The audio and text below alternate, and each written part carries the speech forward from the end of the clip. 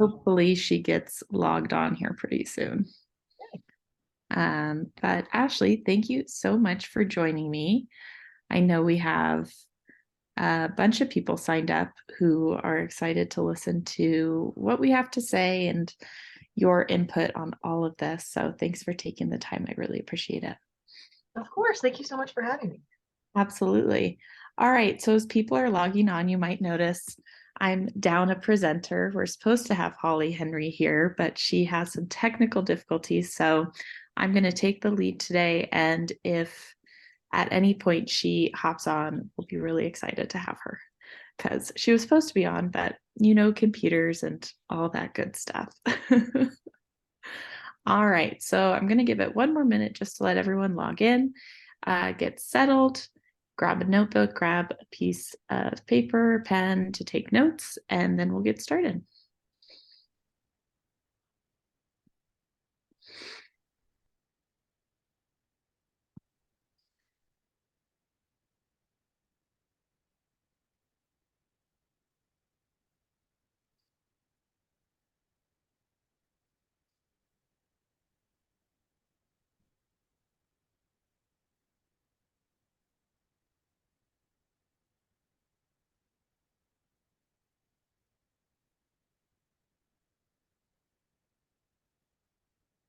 All right, so let's get started. It looks like most of our signups have signed on, so we're going to dive right in.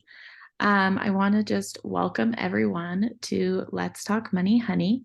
We have myself and Holly Henry, who's not here right now, but we're hoping she'll be able to get on soon, and our guest speaker, Ashley Serta, PhD. So today's topic, before we dive into that, I just want to say thank you so much for a great year. This is our fourth and final webinar of the year.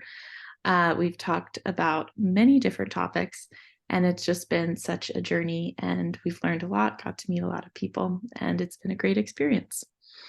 So moving on to the next slide, here we are. So a little bit about myself. I'm Elise Levy. I'm based in Reno, Nevada.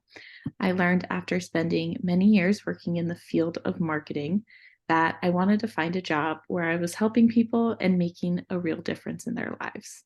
I get the pleasure of working with my dad and partner, Mark Levy, at Legacy Wealth Planning, where I'm inspired every day by our clients. I love getting the chance to help them reach their retirement goals and dreams. Now, the purpose behind these webinars and our Let's Talk Money, Honey community is really to change the mindset and beliefs that we have with money. So no matter your personal relationship with money before this moment, today, when you think of the word wealth, I want you to think of these definitions: the condition of being happy and flourishing, the state of being rich, prosperous, and happy. Because that's not what we normally think of. But when we change our mindset on wealth, I think it becomes more acceptable and we want to bring it into our lives. That's really what we're trying to let our clients and this network of people understand. So when we think of creating wealth or becoming wealthy, we must remember it's not about appearing wealthy, but instead setting aside money over time to build that wealth gradually.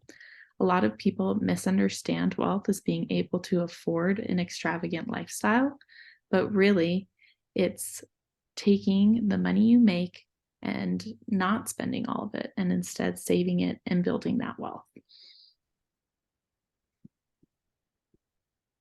All right, so that gets us to what we're talking about today, which is financial infidelity.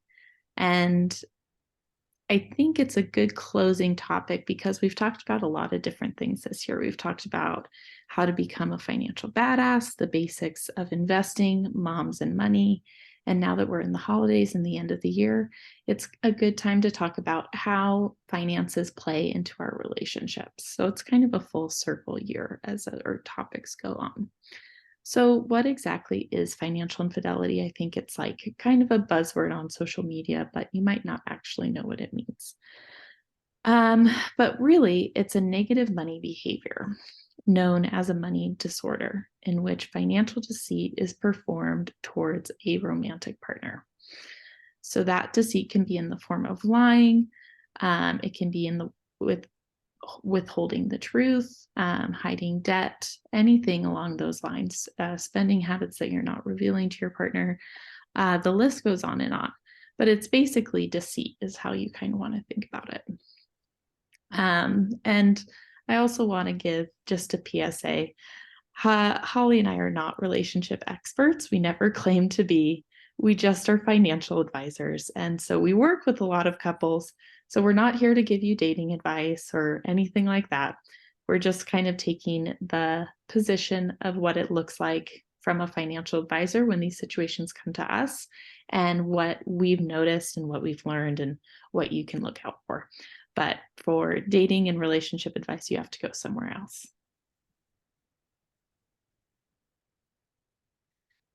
All right, so the first statistic I want to bring up is that 38% of divorced couples cited financial problems as the cause of their divorce. That's a really high number, right? So marriage is always going to be hard, even if money is not a worry or a concern. But it's hard to fathom that 38% of marriages fail due to something related to finances. So it's our hope today that maybe we can shed some light on how couples should effectively discuss finances. Because let's get real for a second. The person you're married to does not have the same opinion as you do on finances. There's just no way that that's possible. You have your own life, your own history, and you've made your own opinions about it. So there will be a lot of compromise and communication that needs to happen throughout your marriage or your relationship when it comes to money.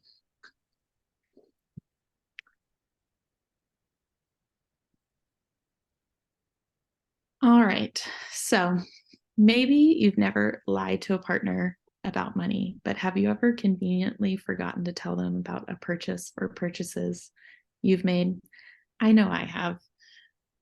My husband definitely notices when all these Amazon packages pop up at our doorstep, and he's like, I didn't order anything. And I'm like, I didn't either. They just appeared on their own. Don't know what to tell you. But you can see how it starts. I think financial infidelity starts really innocently and it can really snowball if you're not communicating with your partner. So, one person in the relationship perhaps is really frugal, doesn't like eating out or spending on meals or stuff like that. The other person is good with their money, but likes to enjoy themselves. They work hard and don't see an issue with it. And when they go out to dinner with friends and spend a decent amount of money, their partner blows up. Vice versa, when that partner buys a new TV without letting them know ahead of time, a fight ensues. So that's kind of what we're getting at. How do we stop these, not stop the fights from happening, but just change the dialogue around them? All right, my point, financial conflict does not just exist in toxic relationships, it exists in all relationships. So having those tools to communicate, it's going to be really helpful. All right.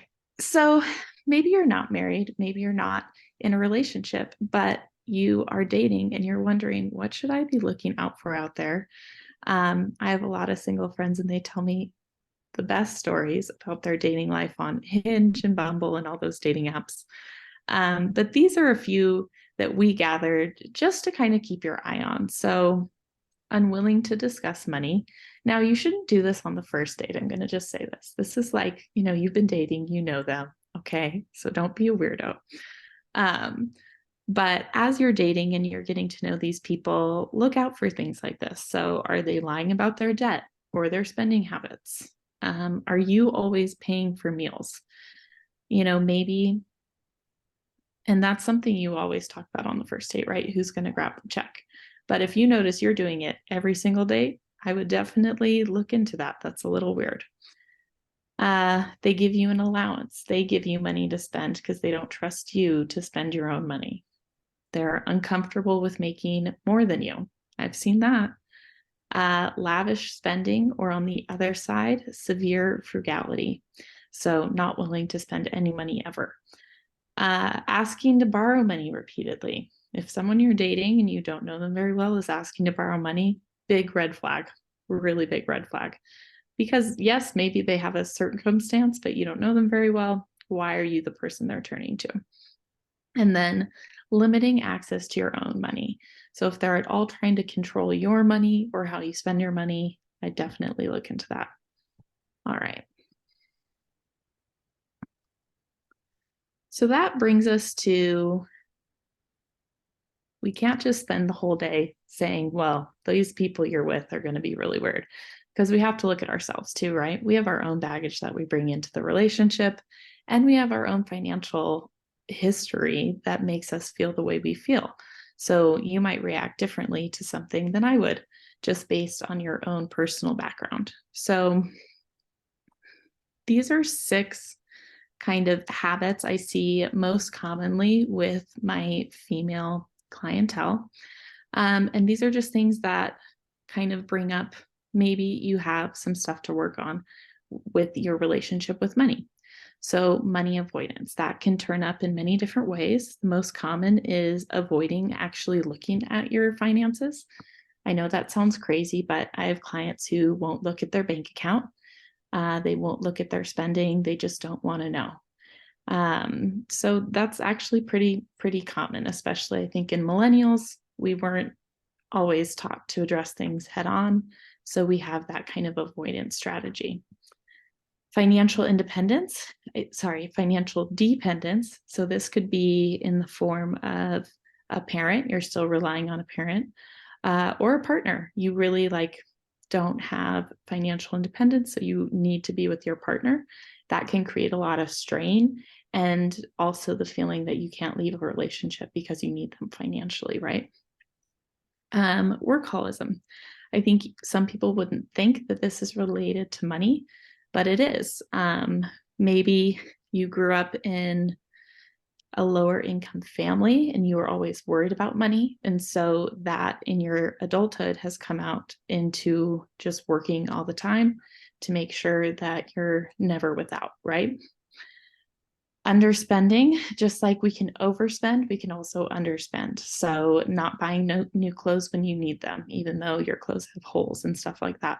Even when you have plenty of money to spend on necessities, you're unwilling. So going into that, that's that scarcity mindset. So just worrying that you're never going to have enough, even if on paper you do have plenty, you just always have that constant fear. And then compulsive spending. So this goes beyond just, oh, I love to buy clothes and I spend a lot of money. No, it's actually a uncontrollable desire to shop and spend that feels completely out of control of the person. So what do all these have in common? You don't just develop these financial traumas overnight. This is a learned behavior, usually from childhood or past relationships that now we're carrying into current relationships. So it's important to kind of figure out your thumbprint and figure out what you're bringing into your relationship, because again, that opens the lines of communication, and you're not just putting it all on your partner, you're taking responsibility for your role as well.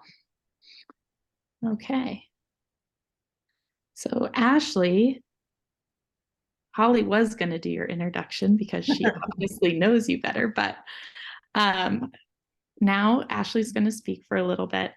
I had the privilege of meeting her when she did a podcast with us a few months ago, and it actually inspired this whole topic, because Holly and I walked away and we're like, oh, Ashley just has the best way about talking about, money and how it affects couples. And just our whole conversation with her really blew my mind. And I've been talking about it with my clients now ever since. So she is located in Northwest Arkansas. She has a PhD in psychology with an emphasis on teaching and research psychology and a master's in clinical psychology. She has worked in substance abuse and mental health treatment for over a decade, and she has passionately trained and developed specialties in addictions, eating disorders, trauma-focused, cognitive behavior therapy, and now hypnotherapy. So thanks, Ashley, for being here.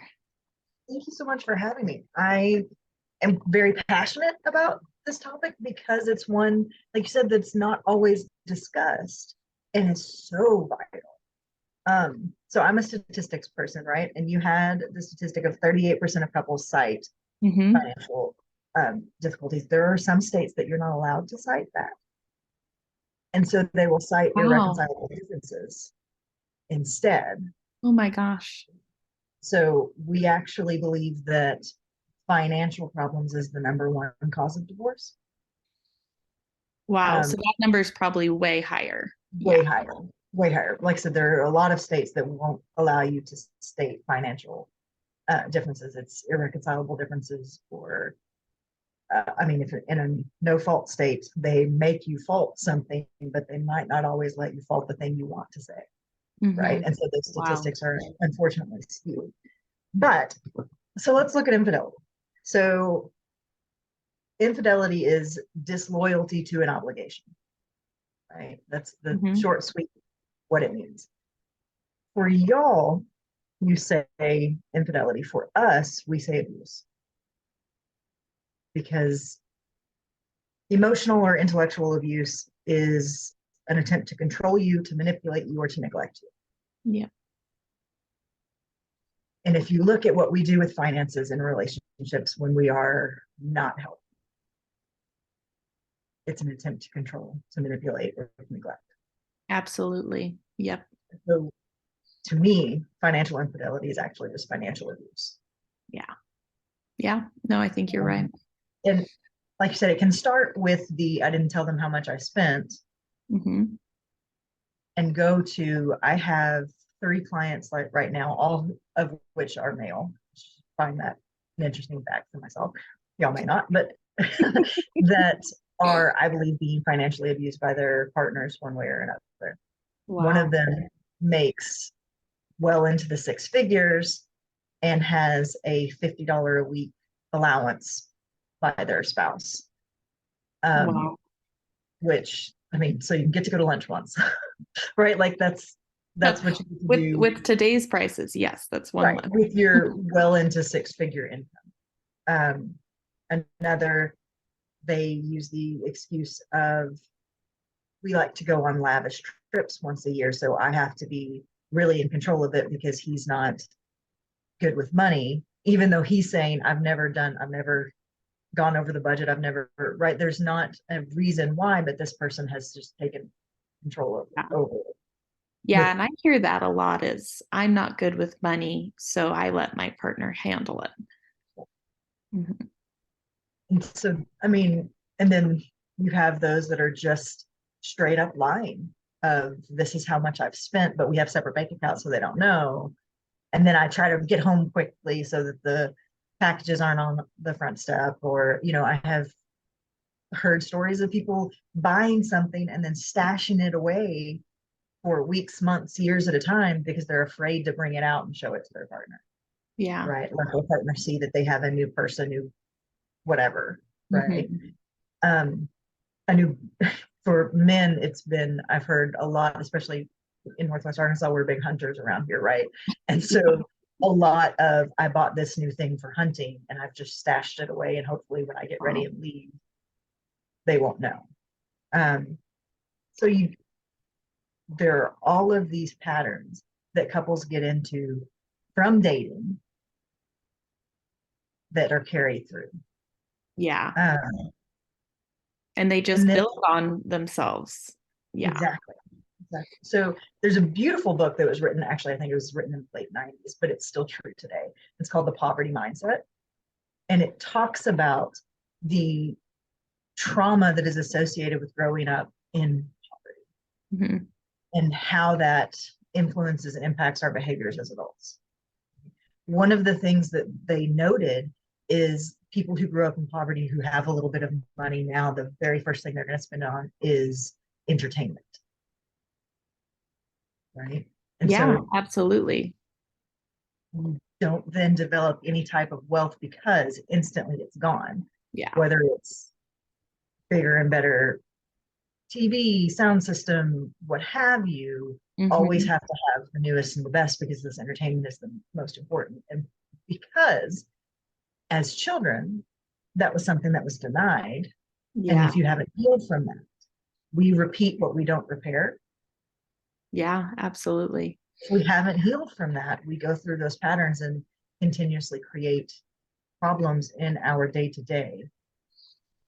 Yeah, I think that's so true. And maybe what's your advice for someone who hasn't fully identified that within themselves? So go through and look at your childhood. What do you know about finances? Right? Like, did your parents have conversations with you, or parents or caregivers have conversations with you about it? Or was it not discussed? Mm-hmm. Is it something that I remember when I was little? I asked my mom for something at the store, and she was just like, "No, baby, we don't have the money for that right now." And I said, "Well, just write your name on one of those pieces of paper." And she's just like, "Baby, that's not how it works." But it triggered for her when we got home to explain to me what checks were, to explain to me Yeah. what it was like to, right? But because had I not asked that, I don't think she ever would have, because it wasn't a thought that she automatically had of, hey, my kid needs to know. Mm-hmm. Absolutely.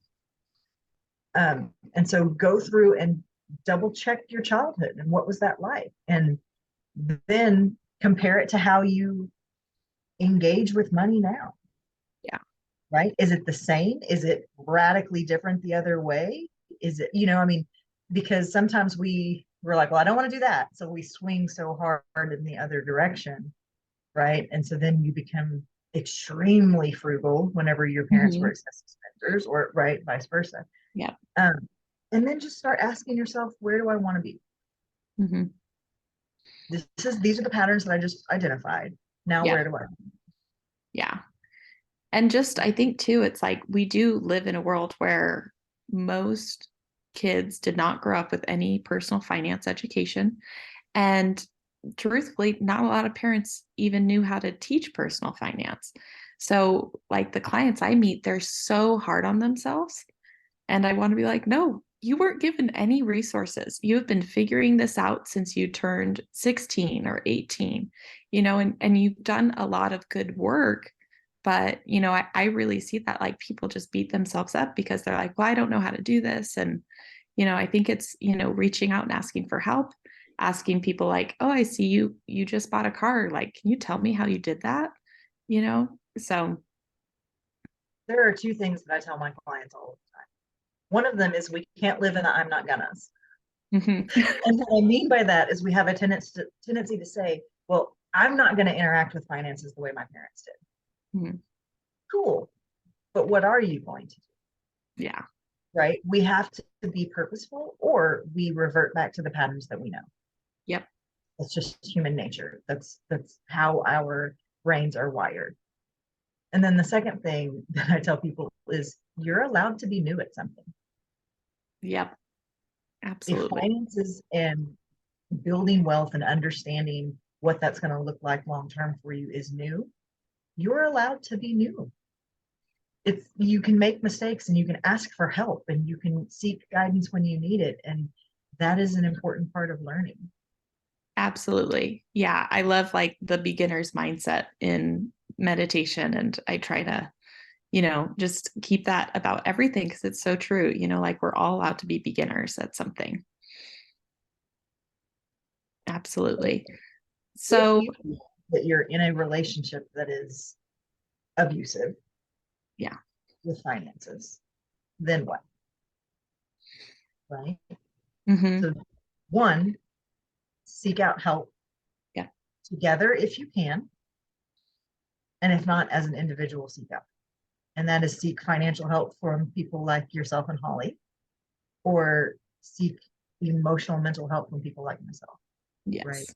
To be able to process through what has happened, why it has happened, because that is a big thing. Even Mhm. if it's just it happened because we didn't have those big conversations and didn't realize Yeah. this is.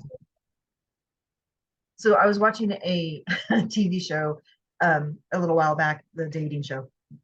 Yeah, good trash Yeah. TV. And I get it. they were engaged to be married, and she broke it off with him because she found out his credit score. Oh, I think I saw this show. Yes. And she was being crucified. I mean, she just as the worst person ever. And part of me was just like, yeah, horrible. And the other part of me was like, yeah, he should have told her because they had had previous conversations about money, right? Yes. This wasn't the very first conversation they had about money. This was weeks into multiple conversations about money, and she found it out, not he told Yeah. No, her. Right? I agree 100% because then it's like, where could this escalate from here? If he Right. hides this, he obviously felt comfortable hiding it. Yeah. So it's finding things like that in your relationships early on when you can. And then whenever we're having new conversations later in relationships, so let's say that you've been together 5, 6, 10 years, right? Being able to say, we need to change. Hmm. The way we interact with our finances is not okay. And we need to find something Yeah, different. absolutely. Instead of you are, which is going to build walls and create a divide between the two of you in the beginning of the conversation. I have a client who said this a couple of months ago, and I'm like, I'm going to steal that for the rest of my life. And he said, good. And so he said, we talk about our budget as though it is another individual. Mm, It doesn't belong to me. It doesn't belong to her. It is ours. It is another entity in our relationship. And mm, I loved that. I love that it was just, this is a part of our relationship. This is something that we both have to engage with in order to be healthy. yeah. Yeah, and it makes it collaborative, which I think is like exactly what you're saying, instead of saying you're spending or, and it's making that a joint thing. So I love that. And what other kind of positive things have you seen in couples who do communicate well about money and work well together? I have seen couples who come together from nothing and build themselves up into beautiful, like sustainable wealth, generational wealth. Yeah. Not because they make billions of dollars, but because they have conversations about their money consistently and they make those decisions together and they're both invested in the same. Yeah, absolutely. Right? And so even if the generational wealth isn't no one in our family ever has to work, but it's everyone has a cushion, to me, that's still generational wealth, Oh, right? absolutely. Yeah. So I have watched people come from divorces and their finances are just ravished after that, right? Just Hmm. horribly wrecked and build together and set themselves up for success. Yeah. I have watched couples who have destroyed their finances together rebuild. It's possible, It right? is. It's all Yeah. about how we have the conversations about our finances. And if you are hiding things, that's the thing we need to be discussing. Yeah, absolutely. And that's, I mean, just emotionally across the board, if you feel the need to hide it, that's the thing that needs to be slide. Yeah. Well, and just like I think, yeah, hiding from your partner, but valuing your partner and trusting them enough that you can tell them, hey, I messed up. I spent too much this paycheck. And, having that trust, I think is so important. And exactly what you were saying. It's like I have so many clients who have built nothing from nothing to a real, great, beautiful life.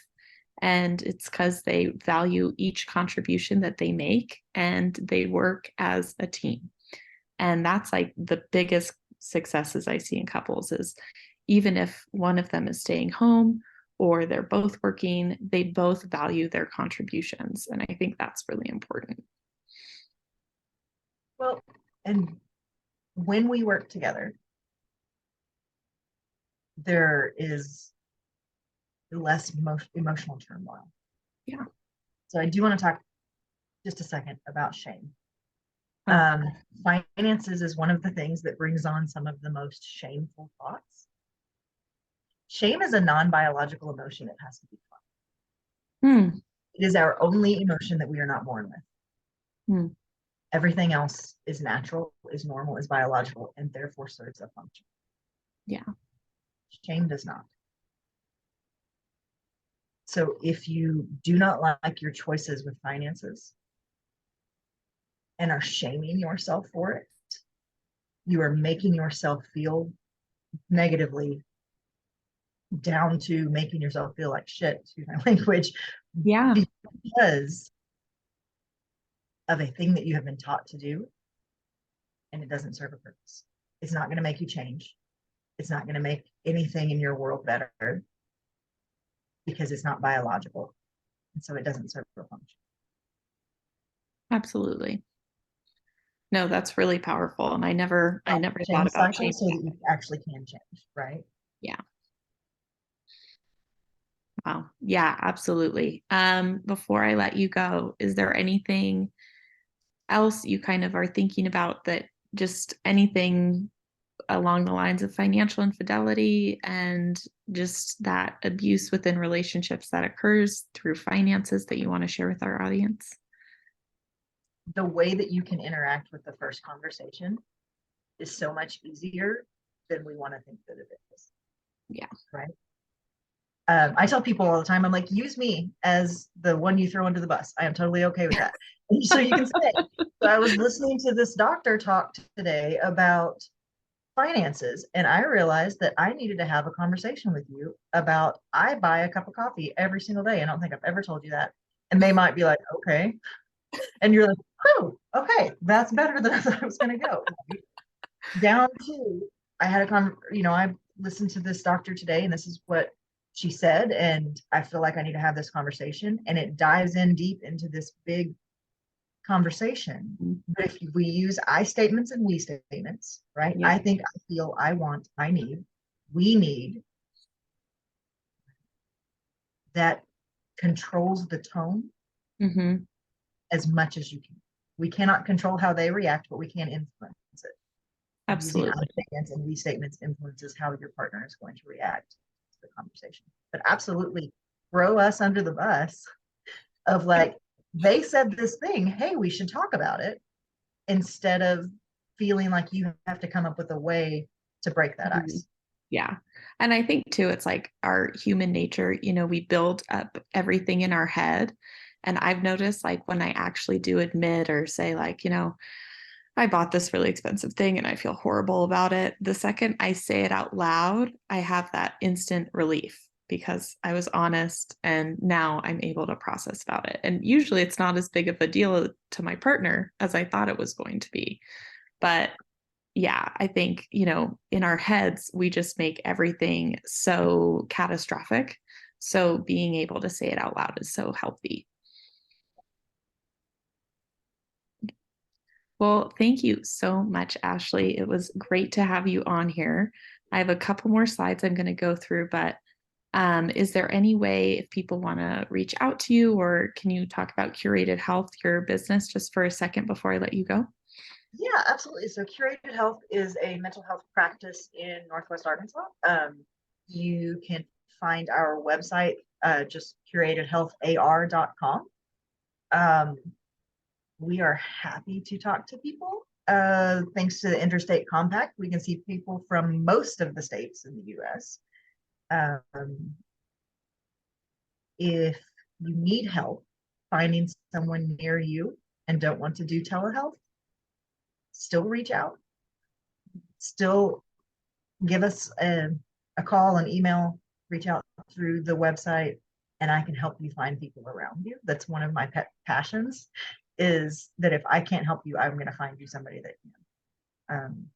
That's So awesome. if you're wanting help, we can help, and or we can find you someone. Yeah, absolutely.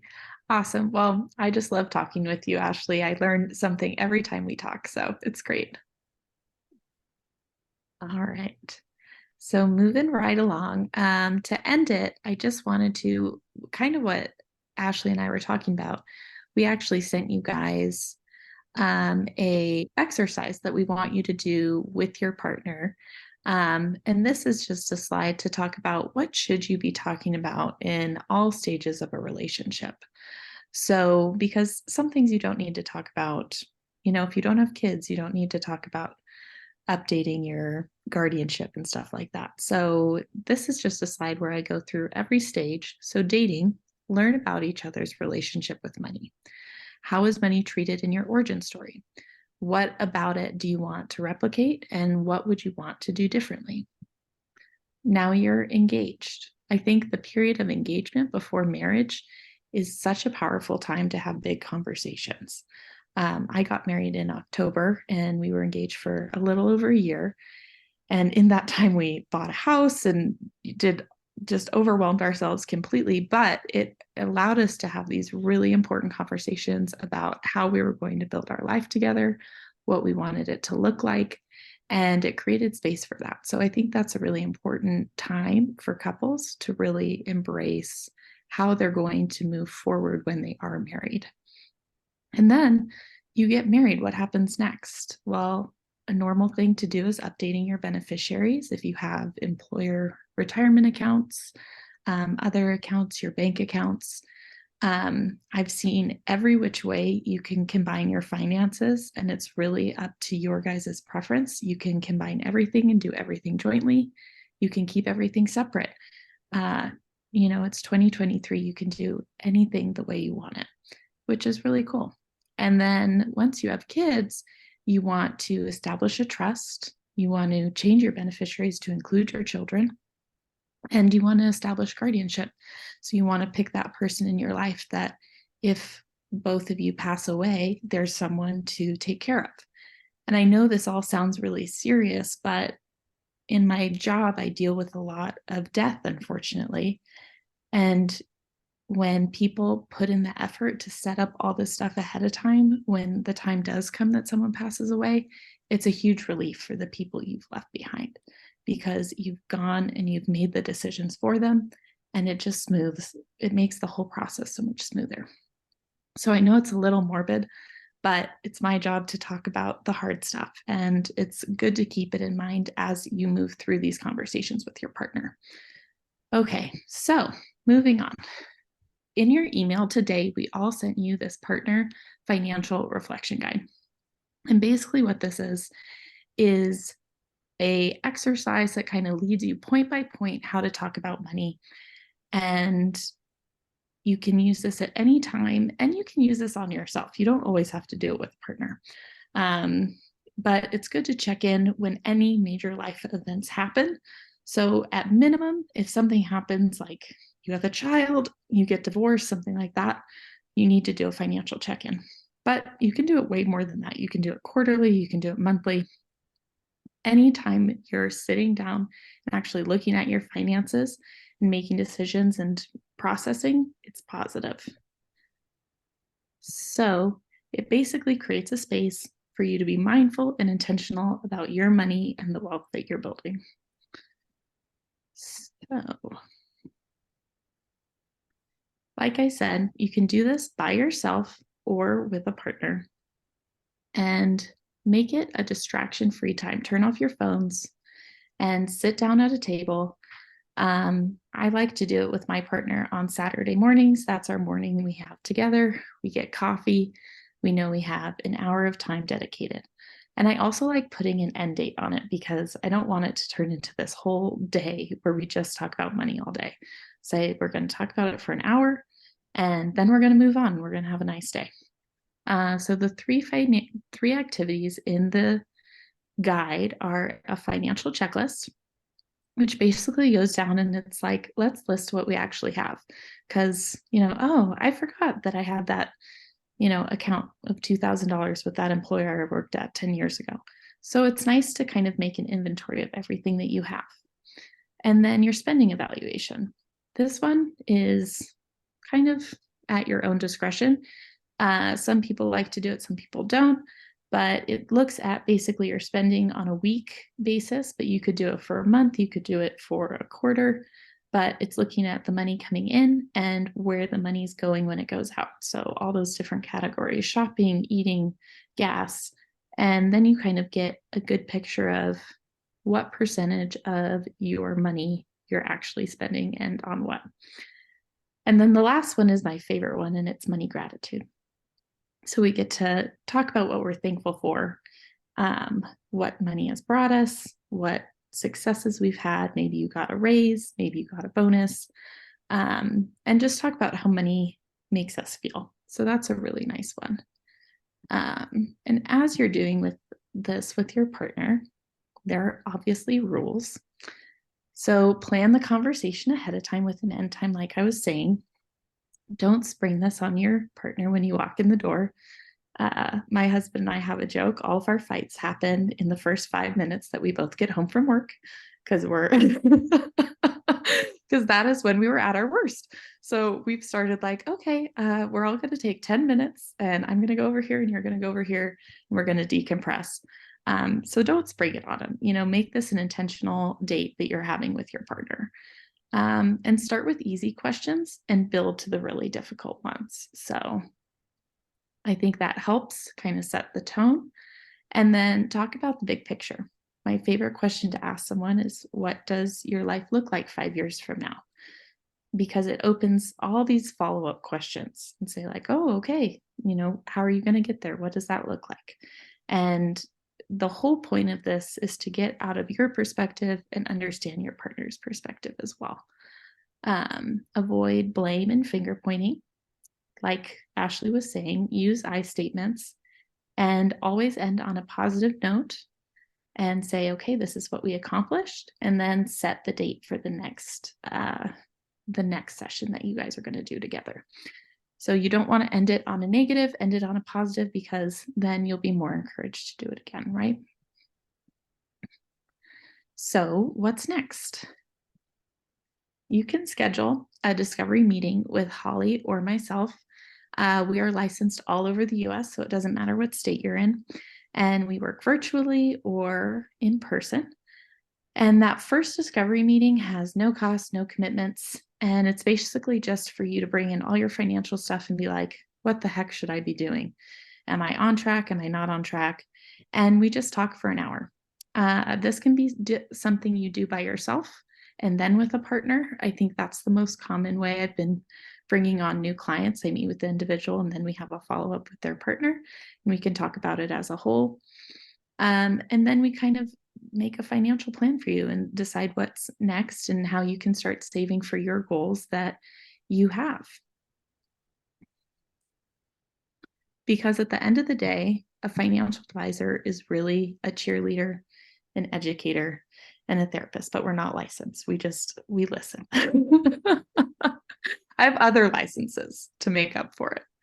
But really at the end of the day, you're busy, you're running your life, you have kids, you have a job, and it's nice to have someone to turn over and get guidance from, right?